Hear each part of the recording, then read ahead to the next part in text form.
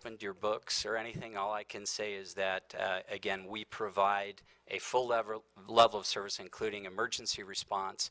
And one of the issues that may come up is we're not in the business of competing against private companies, so we don't try to get into that. We try to charge a reasonable charge for a good level of service. I'm not here to comment whether or not our services are the same or not, but we don't compete against contract. We have certified employees that are paid living wage. I have no idea a company, obviously, that's in the business of making a profit needs to make a profit. Now, I'm not going to hold you to this, but what it sounds like you're saying is that you guys are confident that the $66 rate, the $5.20, whatever it is, would be sufficient to continue at least for a while. Am I hearing you say that? That's your belief, at least? That's my belief, but we have to prove it, and we have to have it adopted by the board. We would have to, before we'd ever increase rates, we have to have a Prop 218 hearing as well on any side of the equation. I believe we can reduce rates without a Prop 218 hearing. Not knowing all of the specifics of what challenges may exist out there, I'm a little concerned about a lift station that you folks do have to maintain and the age. I know that the Yorba Linda Water District just finished paying $200,000 to upgrade our lift station because parts and components wear out. It's a pretty caustic environment.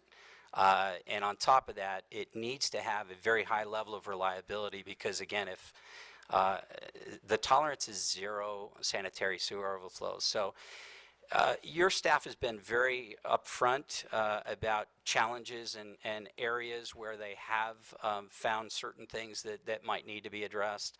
I believe we've also convinced them to finally fund some repairs to manholes that we knew several years ago had I&I problems. And I believe we've gotten from your staff that those will be repaired. Inflow and infiltration, sorry. Maintenance was required and maybe not funded or maybe had to be deferred because of financial situations, whatever. But we knew about it several years ago. Your staff is taking action to take care of that. That's one of the concerns, again, is that, the regular repairs and replacements, even unplanned items, for example, tree roots and intrusion, we have proactive programs. We were a very reactive agency as well, on some other things until we funded some other components of the asset management. So, okay, Mr. Schwing. Thank you, Mayor Anderson. Ken, excellent presentation, excellent PowerPoint slides. You mentioned you have a lift station. How many sewer connections does that service? Several hundred. Okay, I think the one we have is 7. Are those customers charged the same rate as everybody else, the $5.50 a month? They are. Okay, so it's amortized across the whole system. It is. So I would assume your intent, if we transferred the eastern portion of the city to you, would do the same thing for those 7 on that lift station. That has not been discussed in detail with the board. Okay, but it's probably a good assumption. I can't comment on it. I understand you can't speak for the board. A question for Mr. Adams and our city treasurer, Dave Christensen. Do we have some funds in our sanitary sewer system maintenance fund?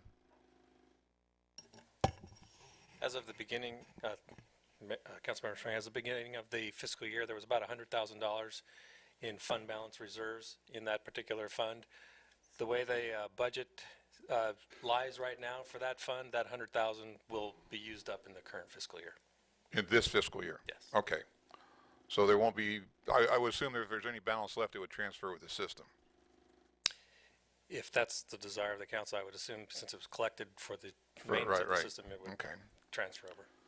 I think that's all the questions I have for the moment. One comment is the eastern portion of the city is, other than Vista del Verde, is the newest collection of sewer pipes there are. So your study would indicate that you probably have less maintenance to do there. So If the rate was $5.50, you'd be making a little bit of money and subsidizing maintenance on the old portion of the system. We don't make money, but we account for Well, it. So. you account for the balance. Like, Yeah. What do you do, Ken, with the homes in the older portion of the city that are still on septic, and they're not charged for sewer maintenance? That's correct. They're not charged sewer maintenance on their bill. We've just started a sewer master plan update as well, a study that does a couple things. Under WDR, we're also responsible for regularly maintaining capacity assurance in our system, and we're looking at opportunities to update that master plan to see if there's an easier way to get those other 700, 800 homes connected. There's been no easy solution in the past, but the master plan at least confirms capacity in all the downstream systems and lays out what we know today, the most economical approach to get sewer to those areas. I was going to ask if you had a program to encourage them to get onto the system. It's encouraged by capture, if you will.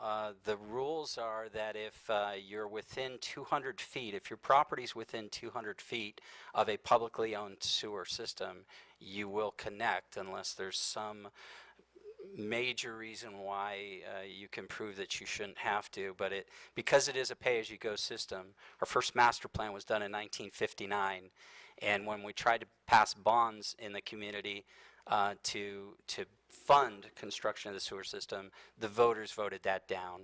So it's a capture system, and it sounds like Big Brother, but it partially is. Okay, thank you very much. Ken, that's how you and I met, by the way. I recall. Yeah, absolutely.